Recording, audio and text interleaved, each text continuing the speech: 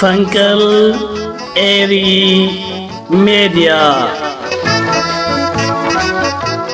سلام تخاطلتي مدبات فنقل إيري ميديا كما يتحضروا نلوم صلوس شوعات حملة بقدم هاي تحست مدبات قريبا لخو نمك تالكم بخبري عدم سناي مك تال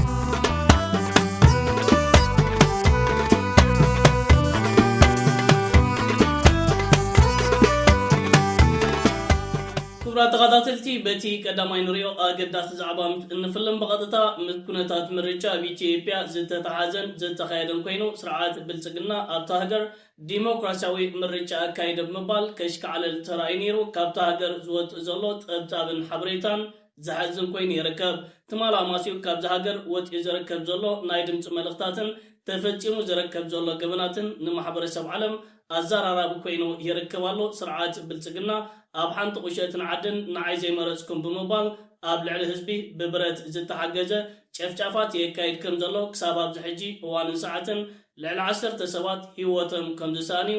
ኣብዚ ናይ ድምፂ መልእኽታት ናይ ስርዓት ብልጽግና ተግባራት ተቃሊዑ ዝርከብ ክቡራት ተኸታተልቲ ፈንቅል ኤሪ ሚዲያ እታ ቪድዮ ናባኹም ከብላ እንከታተላ እኔ በጣም ትልቅ ሀዘን ላይ ነው ያለሁት ይሄንን በጋሞ በደቡብ ኢትዮጵያ ክልል ጋሞ ዞን ላይ በጋሞ ዙሪያ ወረዳ የዛይሴ ማህበረሰብ አንተም እንደምታውቀው ባለፈው ምርጫ ላይ የዛይሴ ማህበረሰብ ባልታሰበ ሁኔታ ዘይሴ ኢዜማን መርጦ አቶ አብርሃም አሞሼ የፓርላማ ተወካይ ሆኖ መግባታቸው ይታወቃል ፓርላማ ላለፉት 5 ዓመታት በዚህም ዓመት ኢዜማ ሳይለቀቅለት ዘይሴ ምርጫ ክልል ላይ ብልጽግና ለይቀም ካንተም ጋር እንዳወራ ነው ወሰው ወክሎ ነበር ዶክተር አምባሳደር ገበየው የሚባሉ ሰው ነገር ግን የዘይሴ ህዝብ ኢዜማን ወዶ ሳይሆን ግን አቶ አብርሃም አሞሼ ለኛ ይታገላል በሚል በኢዜማ በኩልም ስለቀረበ እሱን መርጠውት ነበርና ከዚህ ጉዳይ ጋር በተያያዘ ለምን መረጣችሁት በሚል ከሰኔ 11 ጀምሮ እስከ ዛሬው ቀን ድረስ ወደ 17 ሰዎች ተገለዋል ለአንድ ሳምንት ያክል አስከሬናቸው ጭምር ሳይነሳ እስካሁን ድረስ ሳይቀበሩ የቆዩ ዜጎች አሉ ከ16 ዓመት ወጣት ጀምሮ ተገለዋል ታዳጊ ጀምሮ እንደገና ውስጥ እናቶች ተደፍረዋል ከዛ ውስጥ አንዷ እናት የ68 ዓመት አዛውንት ናቸው ይሄ ሁሉ የተደረገው በመንግስት የታጠቁ ኃይሎች ናቸው በደቡብ ክልል ልዩ ኃይል ፖሊስ በእውነት ነው የምልህ እኔም ከዛሬ ጀምሮ እኔም ዘይሴ ነኝ የሚል የነሱ የባህል ልብስ ነው ዘይሴ የራሱ ባህል የራሱ እምነት የራሱ ወግ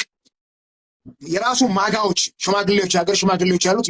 ክቡራት ተኸታተልቲ ስርዓት ብልጽግና ከምዚ ዓይነት ተግባራት ብምፍጻሚው ኣብቲ ሃገር ዕውት ዝኾነ ምርጫ ኣካይድ ዝብል ዘሎ ኣብ ዝተፈላለዩ ክፋላትን ክልላትን ናይቲ ሃገር እውን ተመሳሳሊ ከምዚ ዓይነት ገመናት ተፈጺሙ ነይሩ ተሓለቕቲ ሰብኣዊ መሰላት ኢና ባህልቲ ነዚ ኣብ ኢትዮጵያ ብፀሓይ ቀትሪ ዝፍጸም ከምዚ ዓይነት ገበናት ረዮም ከም ዘይረኣዩ ሰሚዖም ከም ዘይሰምዑ ሸለሊሎም ክሓልፉ እዮም ዝረኣዩ ብኣንጻር ግን ኣብ ልዕሊ ከም ኤርትራ ዝኣመሰለ ሃገራት ኮነይልካ ፖለቲካውን ሕቡእ ተልእኾታትን ዘሎ ካልእ ኣጀንዳ ንምትግባር ብሰበብ ሰብኣዊ መሰላት ኣብ ልዕሊ ኤርትራ ኣብ ዝተፈላለየ እዋናትን ኣጋጣሚታትን ፈተነታት ከካይዱ ኢና ንዕዘቦም ናይ ውድብ ሕቡራት ሃገራት ትካል ሰብኣዊ መሰላት ዝተባህለ ዝተመስረተሉ ቀንዲ መትከልን ዕላማን ንከም ኤርትራ ዝኣመሰላ ብፃዕረንን ብፅፍረንን ዝነብረ ሃገራት ንምርማስን ንድሕሪት ንምምላክ ራዩ ካው ሓሊፉ እዚ ትካል ነታ ኣብ ዓለም ዝፍጸም ገበናትን ነታ ኣብ ዓለም ዘሎ ቅልውላዋትን ዝምልከት ሓንቲ መዓልቱ እንትኾን ፍታሕ ኣምፅኡ ዝፈልጥ ኣይኮነን ነገረ ኢትዮጵያን ኣብቲ ሃገር ዝተኻየደ ምርጫ ግን ናብ ዓለም እናሓደረ ከምዚ ዓይነት ዓበይቲ ገበናት እናተቃልዐ ይርከብ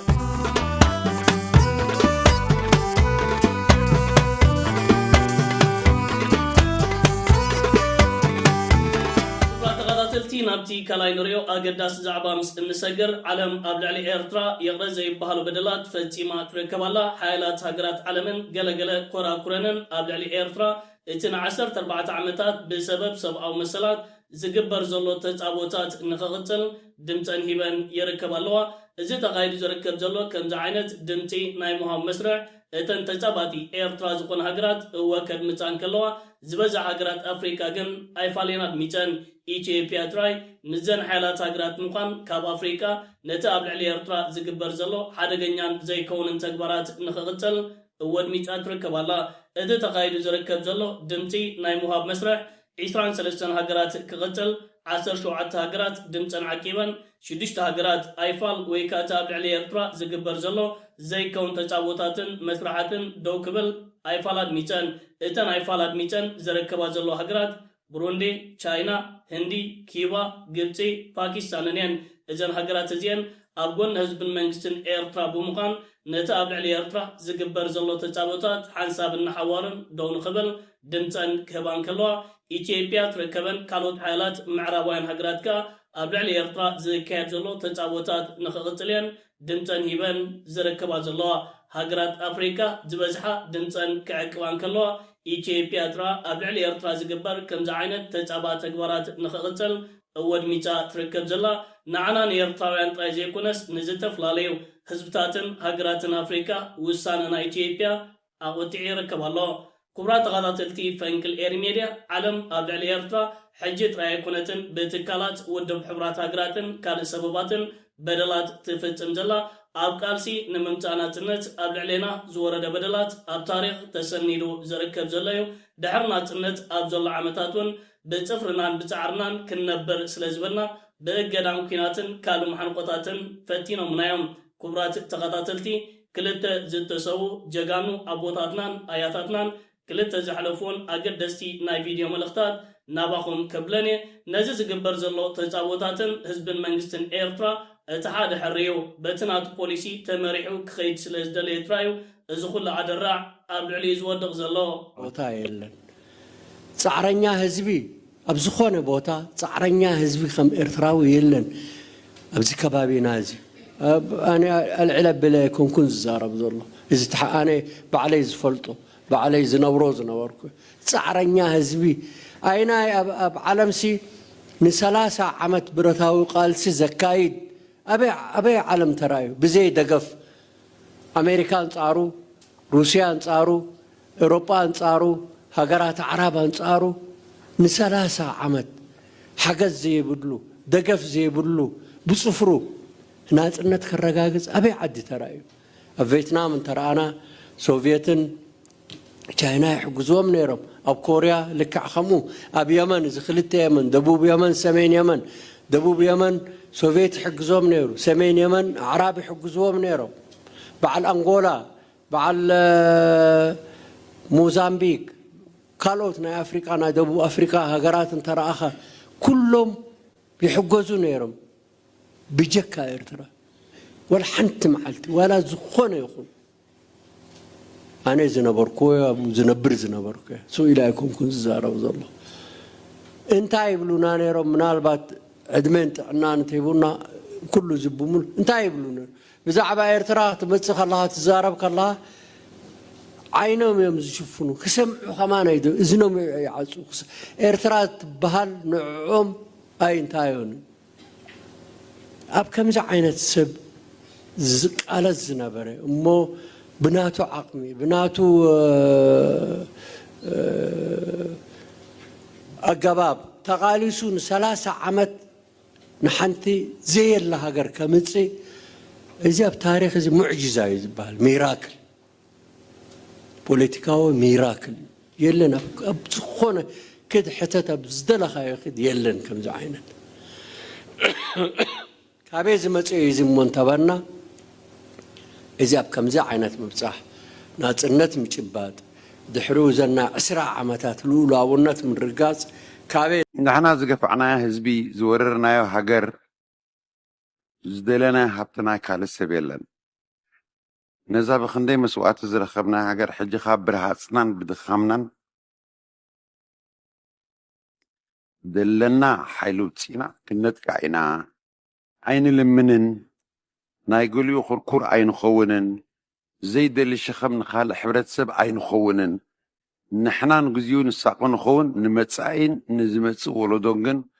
بالسقتن تففتن كنعتن حفتا من هاجر كنسرحنا بسعرنا سلازبلنا انتهي زحرق الله خال العالم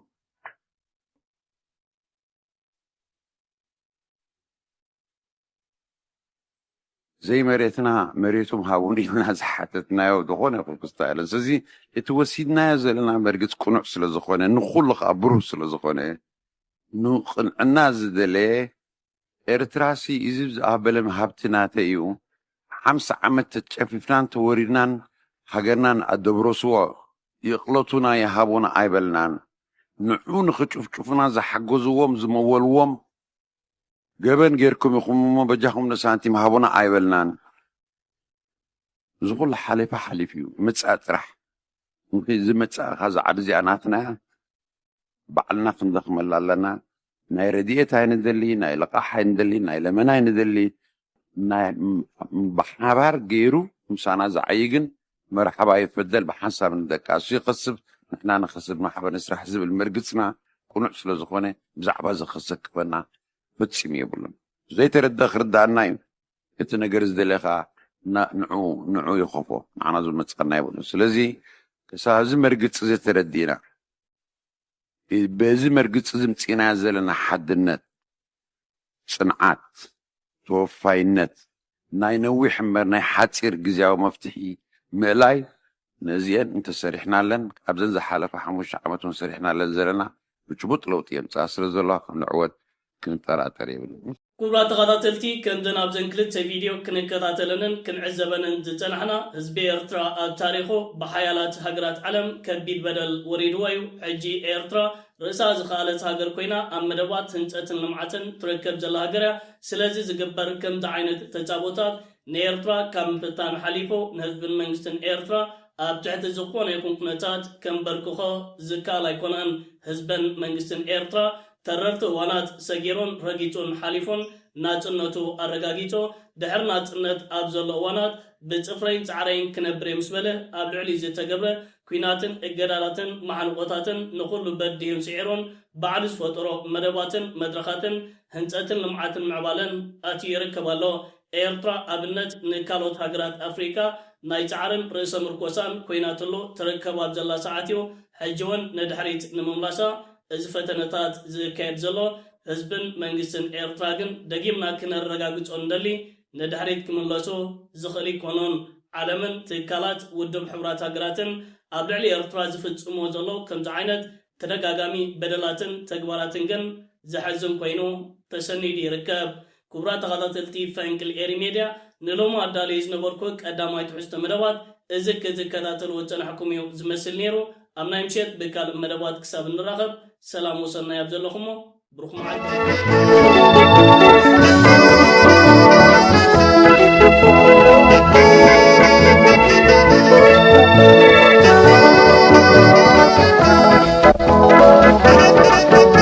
ፈንቅል ኤሪ ሜድያ